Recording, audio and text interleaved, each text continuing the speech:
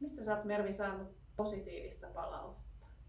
No, musta on tosi kiva, että esimies antaa hyvää palautetta. Se ei välttämättä ole itsestäänselvyys.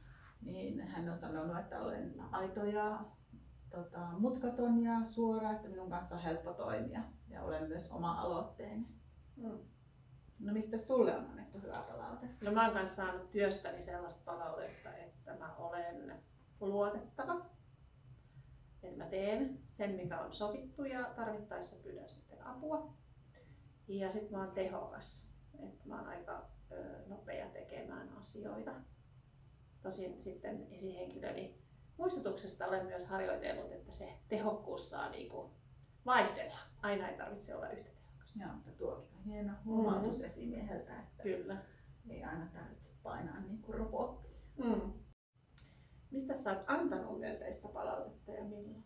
No muistaakseni eilen tai toissapäivänä työkaverille, graafikolle, kehuin hänen hienoa piirustustaan tai piirusta. Se oli aivan upea ja hienoa työtä.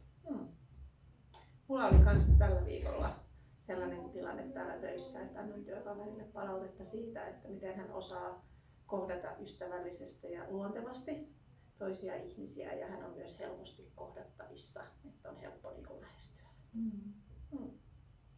Eli on tosi tärkeää muistaa antaa palautetta toisille ihmisille.